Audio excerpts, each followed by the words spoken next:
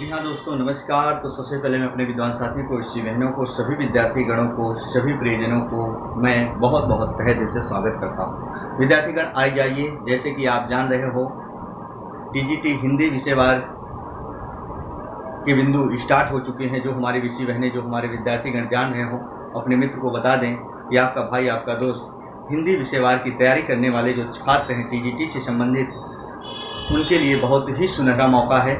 याद रखिएगा, मेहनत करो विद्यार्थीगण, इतनी मेहनत कर दो ताकि हमें सफलता के दरवाजे तक पहुंचने से कोई रोक ना पाए। याद रखिएगा, और मेहनत करोगे, मेरी ये गारंटी विद्यार्थीगण, जहां नहीं वहां पहुंच सकते हो। आपका दिलो और दिमाग जिस चीज़ को बार बार इंडिकेट करता है, वैसे ही आप बन जाते हो, वैसे ही बनने का प्रयास करते हो। याद रखना। तो आइए विद्यार्थीगण, हम ज़्यादा आपसी वार्तालाप ना कर अपने विषयवार, अपने बिंदु पर करते हैं। आज हम अर्थालंकार का दृष्टांत अलंकार पढ़ेंगे। जरा देखो विद्यार्थीगण फटाफट, क्या दृष्टांत अलंकार, दृष्टांत अलंकार क्या होता है विद्यार्थीगण? जरा देखो, दृष्टांत अलंकार वो अलंकार होता है जहां बिंब प्रतिबिंब का भाव प्रकट होता है। विद्यार्थीगण याद रखना, मैंने क्या कहा? दृष्टांत अलंकार वो अलंकार होता है जहां बिंब प्रतिबिंब का भाव प्रकट होता है। पर डिफिनेशन या परिभाषा आपके एग्जाम में नहीं आती विद्यार्थीगण, याद रखिएगा। आपके परिभाषा नहीं आती है, उदाहरण आते हैं और पूछता है अलंकार कौन सा है। सभी कॉम्पिटेटिव एग्जाम में आते हैं अलंकार, याद रखना। तो विद्यार्थीगण जरा देखें उदाहरण क्या है, और बहुत आराम से देखना, मनोयोग से देखना, बार बार सुनना, ताकि आपके दिलो और दिमाग में जड़ित और स्तंभित हो जाए। विद्यार्थीगण आता है, जरा देखो, जो रहीम उत्तम प्रकृति का, जो रहीम उत्तम प्रकृति का, कर सकत न कुसंग, कर न सकत कुसंग, अरे कहते हैं चंदन विष व्यापत नहीं, लिपटे रहत भुजंग। विद्यार्थीगण जरा देखो, कहते हैं चंदन विष व्यापत नहीं, लिपटे रहत भुजंग, लिपटे रहत भुजंग। विद्यार्थीगण लिपटे रहत भुजंग, ये रहा। दूसरा एग्जाम्पल हम विद्यार्थीगण दे रहे हैं, बहुत ध्यान से सुनना, मनोयोग से सुनना, तो आप समझ पाओगे। इसी में आता है विद्यार्थीगण, वे रहीम निर्धन है पर उपकारी अंग, अरे बाटन मारे को लगे जो मेहंदी के रंग। तो देखो विद्यार्थीगण कहते हैं, वे रहीम निर्धन है, वे रहीम नर धन है पर उपकारी अंग,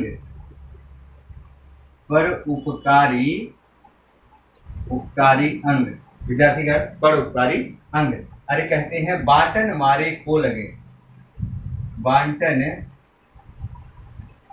वारे को लगे जो मेहंदी के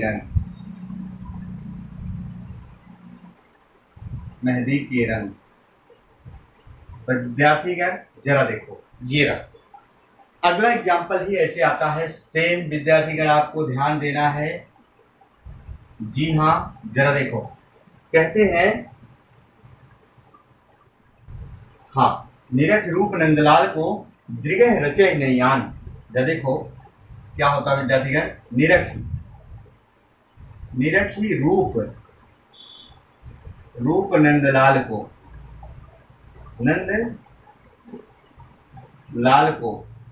विद्यार्थीगण दृगन मतलब होता हाथ, दृगन रचय नहीं आन, विद्यार्थीगण अरे कहते हैं तज पीयूष को करत कट औषध का पान। तज, विद्यार्थीगण गलत मत करना, तज पीयूष को करत कटु औषध का पान। कटु औषध का पान। विद्यार्थीगण जरा देखो, ये कितने एग्जाम्पल हो गए हमारे दोस्तों? 3 एग्जाम्पल हो गए। अगला एग्जाम्पल आता है दोस्तों, इसी में आप जानते हो बहुत प्यारा एग्जाम्पल है जो बार बार पूछा जाता है वनडे एग्जाम, टीजीटी वगैरह में। तो जरा देखो, इसी में आता है विद्यार्थीगण क्या? सठ सुधरई सठ संगत पाई, अरे पारस परस कुधातु सुभाई। विद्यार्थीगण जरा देखो, सठ सुधरई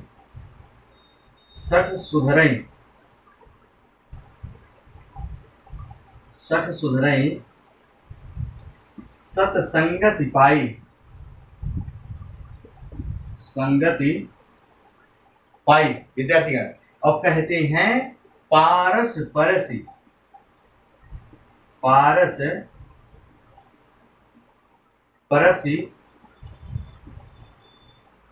कुधातु सुभाई। देखो विद्यार्थीगण, पारस परसी कुधातु सुभाई, ये रहे आपके क्या? दृष्टांत अलंकार, जहां बिंब और प्रतिबिंब का भाव प्रकट होता है विद्यार्थीगण। और याद रखिएगा, कभी यदि आ जाए तो आपको गलत नहीं करना है, कभी भी नहीं गलत करना है, याद रखना। और इसी में आता है एक एग्जाम्पल है विद्यार्थीगण, आप जानते हो, आता है इसी में क्या? जैसे एक म्यान में 2 तलवारें नहीं रह सकती, किसी और पर प्रेम नारियां पति का क्या सह सकती। और विद्यार्थीगण एक चीज याद रखना, इसी से संबंधित आता है, पर गलत मत करना। जाति न पूछो साधु की, अरे पूछ लीजिए ज्ञान, अरे मोल करो तलवार का, पड़े रहने दो म्यान। विद्यार्थीगण वहां भी तलवार आता है, यहां भी आता है, गलत मत करना।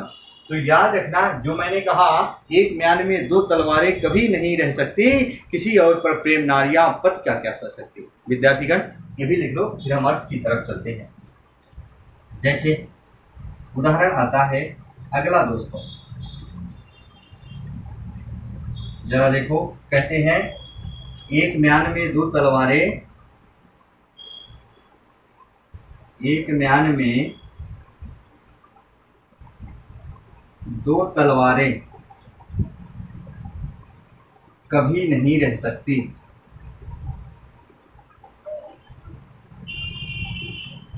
कभी नहीं रह सकती।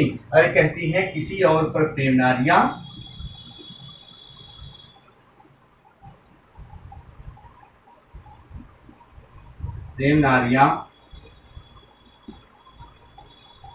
पति का क्या सह सकती।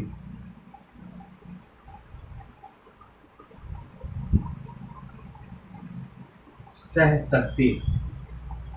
विद्यार्थीगण जरा देखो, अब हम अर्थ देख लेते हैं एक एक बार, है ना।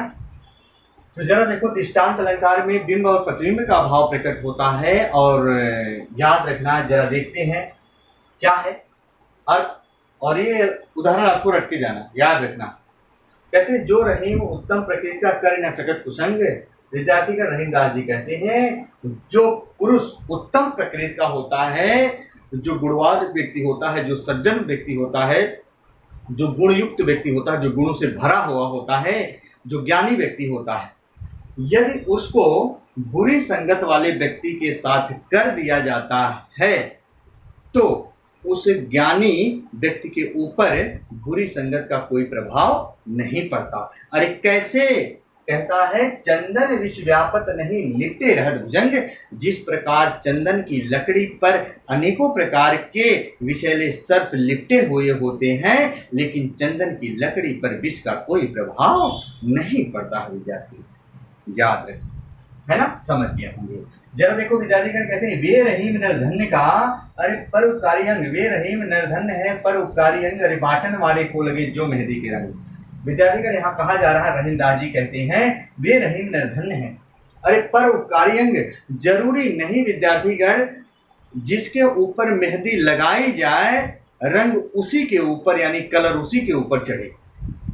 अर्थात अरे कहते हैं बाटन वाले को लगे, जो मेहंदी को रंगाने वाला होता है, जो मेहंदी को लगाने वाला होता है, जो मेहंदी पीसने वाला होता है, अर्थात उसके भी ऊपर, उसके भी अंगों के ऊपर रंग यानी कलर चढ़ जाता है, यानी लग जाता है। याद रखना, कभी गलत मत करना विद्यार्थीगण।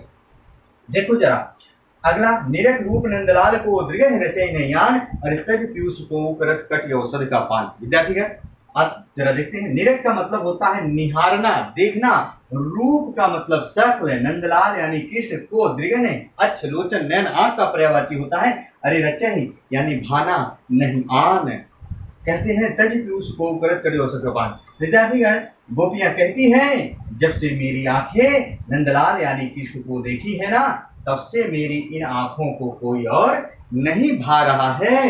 अरे भला कोई पीयूष यानी अमृत को छोड़कर कटु औषध का पान करता है क्या? विद्यार्थीगण गलत मत करना। जरा देखो अगला एग्जाम्पल, कहते हैं सठ सुधरई सतसंगति पाई, पारस परस कुधात सुहाई। दोस्तों सठ का मतलब होता है दुष्ट, सुधरई का मतलब होता है सुधरना, सत का मतलब अच्छी, संगत का मतलब पाकर। जैसे कोई दुराचारी व्यक्ति हो, दुष्ट व्यक्ति हो, बुरा व्यक्ति हो, अच्छी संगत पाकर वो क्या हो जाता है? सुधर जाता है।